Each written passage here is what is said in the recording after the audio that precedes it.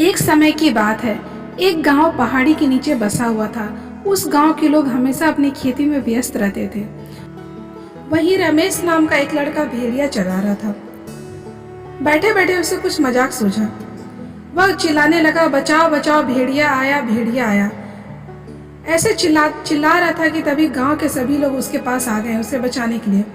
गांव वालों को देखकर वो हंस रहा था। गांव वाले फिर वापस चले गए।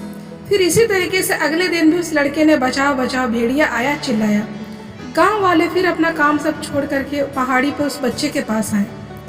सभी ने देखा कि वहां पर कोई भेड़िया नहीं है और बच्चा हंस रहा था। यह सुन सभी लोग वापस चले गए। अगले बार सच में एक भेड़िया आ गया और उसे देखकर बच्चा डर गया और वो चिल्लाया, बचाओ बचाओ, भेड़िया आया।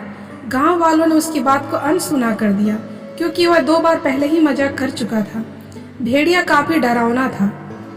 आसमान में काले बादल छा गए थे।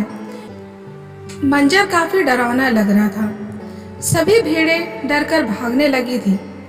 भेड़िया उसमें से कुछ भेड़ों को नुकसान पहुंचाया और कुछ भेड़ों को वहीं पर मार गिराया। बच्चा यह सब देखकर चिल्लाता रहा, लेकिन उसके बचाव के लिए कोई नहीं आया। बच्चा बैठकर रोने लगा और उसे अपनी गलती पर पछतावा होने लगा। उस दिन के बाद से रमेश ने कभी मजाक नहीं किया। दोस्तों, इस कहानी से हमें यही शिक्षा मिलती है कि हमें झूठ नहीं बोलना चाहिए, क्योंकि जब अगर सच में सच बोला जाए उस समय कोई हमारी बात पे यकीन नहीं करेगा। दोस्तों, अगर आपने यहाँ तक यह कहानी देखी है तो एक लाइक और सब्सक्राइब कर दीजिएगा।